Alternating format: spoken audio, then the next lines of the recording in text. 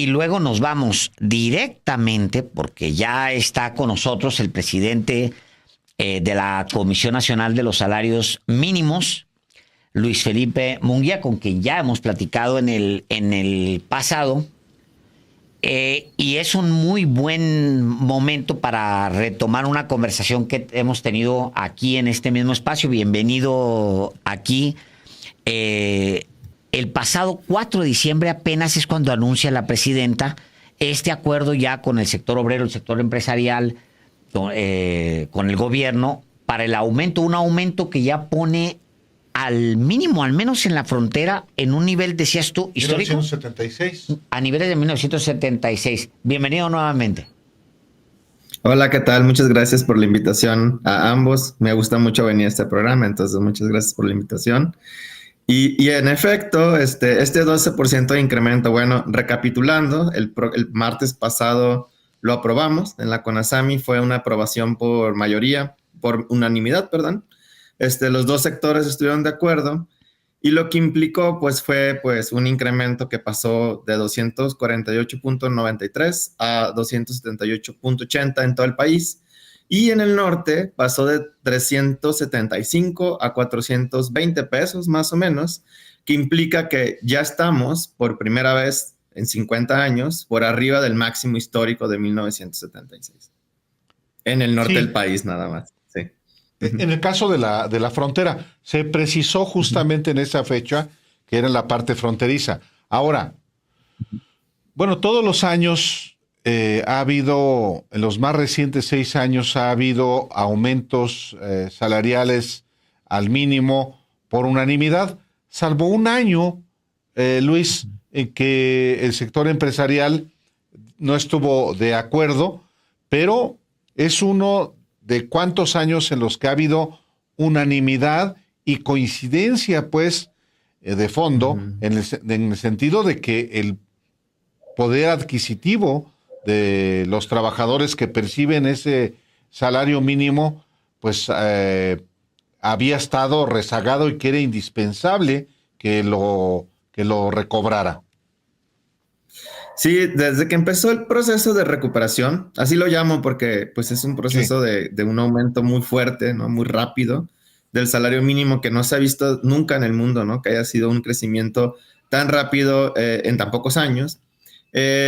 Siempre han estado de acuerdo, casi siempre han estado de acuerdo los dos sectores, tanto el sector de los trabajadores como el sector empresarial. Obviamente esperaríamos que el sector obrero siempre esté de acuerdo, ¿no? Porque los beneficia, ¿no? Aunque sean sindicatos, los mismos sindicatos usan el salario mínimo. Si quieren, ahorita hablamos más a detalle de qué específicamente usan para sus negociaciones colectivas. El caso del sector empresarial, pues hay algunas empresas que se han visto beneficiadas y hay otras que quizá menos, ¿no? Porque cuando sube el salario mínimo también sube mucho el consumo, ¿no? Y esto beneficia a algunas empresas, sobre todo a las empresas locales. Pero pues hubo un año en el 2020, justo porque estábamos en la pandemia, en que el sector empresarial se bajó de la negociación, decidió no votar a favor, claro. ¿No? Solamente, de hecho sí se acudió y votó en contra, pero es el único año. Ahora, históricamente CONASAMI sí ha tenido, casi siempre todas las elecciones o las votaciones sí han salido por unanimidad, salvo algunas excepciones hace muchos años, como en los años 70, donde el sector obrero sí votó en contra algunas veces. Pero sí era la primera vez que el sector empresarial votaba en contra y que no salía junto con el gobierno con la misma decisión.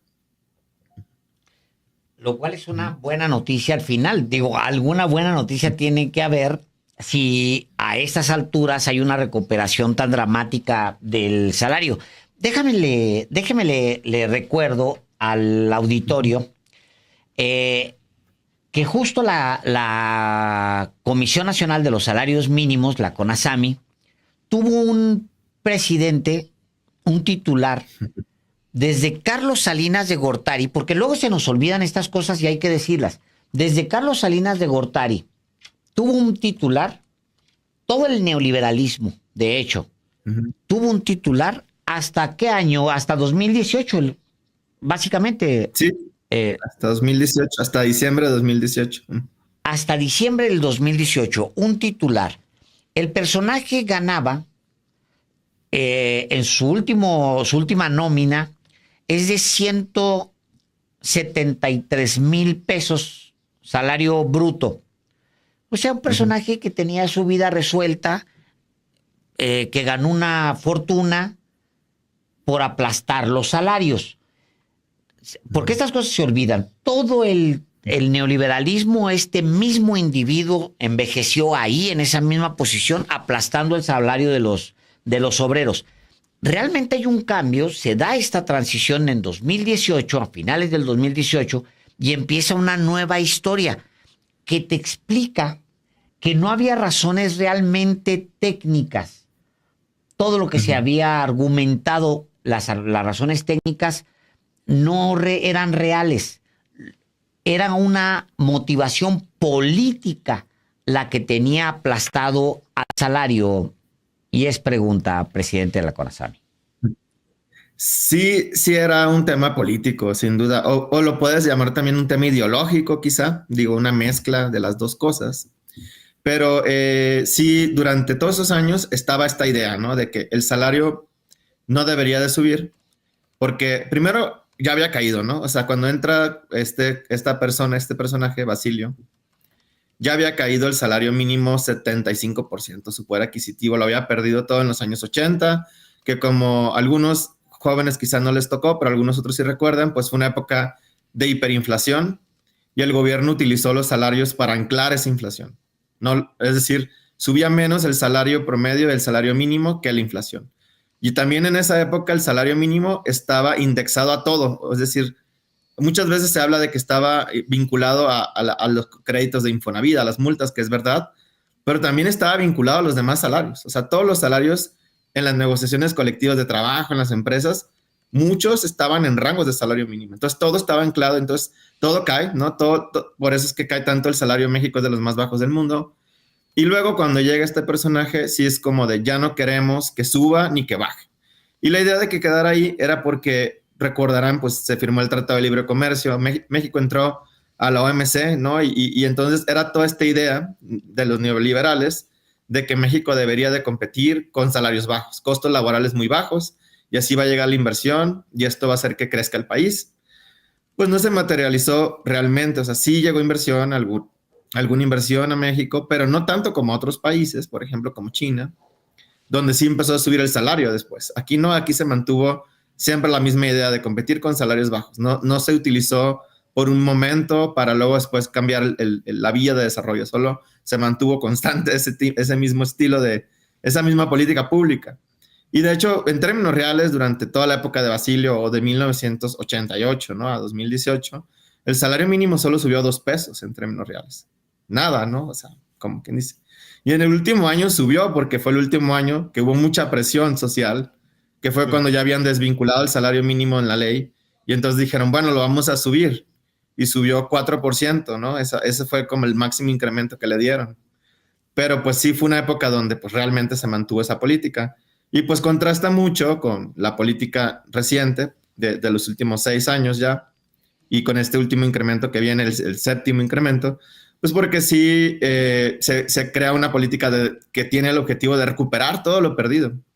Y eso es lo que nos permite a nosotros incrementar el salario mínimo tan rápido, sin que haya ocurrido lo que a veces pasa en otros países, que cuando sube muy rápido puede ocasionar inflación, o cuando sube muy rápido puede ocasionar desempleo. En México no ha ocurrido esto, justo porque primero veníamos de un salario mínimo por debajo de la línea de pobreza, muy bajo, y segundo, pues también porque justo las empresas dentro de todo este sistema económico neoliberal se habían acomodado muy bien y tenían, o tienen, de hecho todavía, ganancias muy altas, ¿no? Lo cual les permite decidir si bajan su ganancia, suben precios o corren gente. Y típicamente ahorita lo que ha ocurrido ha sido que han reducido sus ganancias poquito, no crean que mucho. Entonces, pues sí, más o menos por eso es que lo que ha pasado en los últimos años ha sido muy impresionante en términos de salario mínimo, del efecto que ha tenido el salario mínimo en la pobreza, en la desigualdad y pues sobre todo en los bolsillos de la gente, que es lo que siempre he dicho yo después de esta última elección que hubo, ahorita que están hablando de las encuestas, pues yo siempre decía que la elección se ganó de una manera tan contundente porque las personas tienen mayores ingresos, la gente gana más, ¿no? Y es muy poderoso eso. Si las personas tienen un salario más alto, le resuelves muchas cosas. Los salarios no nada más es lo que ganan día a día, sino que con eso pues pueden pagar salud, educación y otras cosas. Y entonces, para mí siempre ha sido muy evidente, exactamente, muy evidente que esto es lo que ha hecho que haya tenido tanto éxito, ¿no? Este gobierno. Ahora, estaba yo viendo una información que de la última medición del sexenio del expresidente López Obrador en cuestión de ingreso laboral real per cápita, que aumentó un 33% en el sexenio. Eso es algo que tiene que ver con el Coneval, pero no sé si tú tengas conocimiento de este estudio, la medición del sexenio en cuestión de ingreso laboral real per cápita, porque es un aumento de 33% en el sexenio. Es un incremento muy alto que obviamente tiene mucho que ver, honestamente, mucho con el salario mínimo, porque justo, bueno, lo que mide primero es el ingreso que tienen los hogares y lo dividen entre el número total de personas que viven en el hogar. Y como muchas veces pues he mencionado en varias partes, en México el promedio más o menos de un hogar son 3.7 personas, más o menos. Pero nosotros normalmente lo redondeamos a 4, ¿no? Porque pues no podemos pensar en hogares así a medias, un pedazo de hogar, sino todos los integrantes son 4. Y normalmente en los hogares trabajan 2 personas, ¿no? Entonces, aquí en este caso lo que mide Coneval es eso, de las 2 personas que trabajan, pues cuánto les toca a cada uno si lo divides entre todas las personas que viven en ese hogar. Y este número ha subido mucho porque justamente en México casi siempre los hogares están compuestos por un trabajador formal y uno informal. Y el formal, pues, ha tenido un aumento muy importante por el salario mínimo. El informal también. De hecho, hemos visto que también en el sector informal el salario mínimo tiene un efecto que tiene que ver más con una referencia que se utiliza, ¿no? Pero en el sector formal el efecto es muy claro y es por eso, pues, que sube, y también por eso es que los datos mismos de Coneval que acaban de anunciar junto con esta medida, pues indican una caída histórica también en la pobreza laboral de México. Es la más baja que se ha registrado, ¿no? Desde que existe Coneval, desde que lo mide Coneval. Y pues esto pues me da mucho gusto porque también muchos investigadores, o no sé si están investigadores, pero gente que habla de los temas, decía que la pobreza en México no se había reducido tanto, que estaba mal medida, cuando para mí era obvio, ¿no? Si había subido tanto el ingreso laboral, o sea, el ingreso de la gente, tenía que haber una caída en la pobreza, sobre todo porque subió de los que menos tienen, ¿no? Pero bueno, estos datos ya por fin reflejan eso que tanto se mencionaba, ¿no? Pero es importante también, no sé si exista manera de medirlo, si dentro de la canasta de factores que ayudaron a combatir la pobreza durante el sexenio del presidente López Obrador, esto lleva muy poquito tiempo, se pueda rescatar o definir claramente el componente de la canasta de factores que ayudaron a combatir la pobreza, como para decir, del salario solamente, la aportación del salario fue en esta medida. ¿Es posible eso hacerlo? Sí, sí es posible. CONASAMI tiene un estudio que está publicado ya también en español y en inglés, porque pues es un tema que le importa a mucha gente. Y sí encontramos nosotros los que trabajamos en esto, ya lo revisaron también varias personas, que el impacto del salario mínimo fue lo que más determinó la salida de la gente de pobreza, al menos hasta 2022, que es el dato que se tiene ahorita. El año que viene ya va a salir el 2024, probablemente va a ser más todavía, pero ahorita lo que encontramos es que de los 5.1 millones que Coneval identificó que salieron de la pobreza, 4 millones salieron solo y exclusivamente por el puro salario mínimo. Wow. Y el resto son programas sociales, la verdad sí también, una parte es remesas también, honestamente también. Y de los programas sociales que existen, el más, digamos, el que tiene más impacto después del salario mínimo, que realmente fue muy elevado, es el de pensión de adultos mayores. Es el que más reduce la pobreza después del salario mínimo. Pero el salario mínimo sí fue la estrella, digamos, en este sexenio para sacar a la gente de la pobreza. Qué fuerte, perdón, Álvaro, que me atraviese. Qué fuerte que esos dos aspectos, las becas de los adultos mayores, que el PAN específicamente se oponía y se opone a una medida para que se está probando que rescata a gente de la pobreza, por un lado. Por el otro, hasta es una imbecilidad contener el salario a pesar de que es probable que pueda rescatar gente de la pobreza y quieres gobierno, o sea, que eso es uno de tus objetivos, hacerlo. Por eso el tema ideológico, Luis Felipe Munguía, es muy importante en esto. Sin duda alguna, y es que sí es una visión del mundo, pues muy, pues la verdad equivocada, o sea, y creo que la evidencia siempre estuvo ahí, ¿no? Es como, porque no es un tema nuevo, es nuevo para México recientemente lo acabamos de hacer, pero muchos ya lo decíamos desde antes, ¿no? Me incluyo, pero había mucha gente que hablaba de estos temas, de que el salario mínimo podía subir y no va a pasar nada.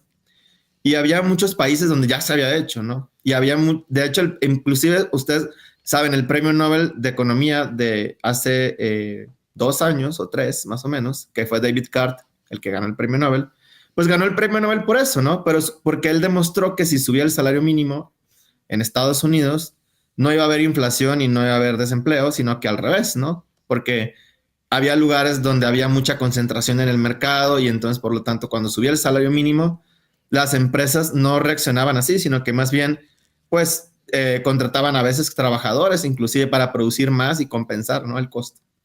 Pero este trabajo que hizo él, pues fue en 1992.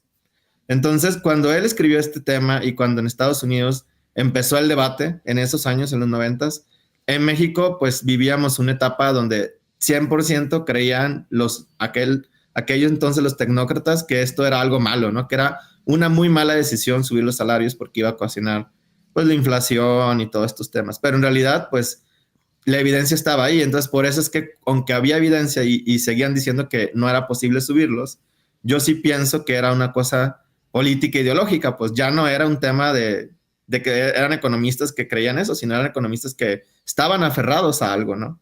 Y pues también, honestamente, pues sí, cada que sube, o sea, hay una balanza aquí no es una suma donde todos ganan. Siempre que sube el salario y beneficias a tanta gente, pues otros lo pagan, ¿no? Y los más ricos del país, los empresarios más ricos, pues tienen que pagar más. Es más caro, pues, ahorita en México que hace 6 años.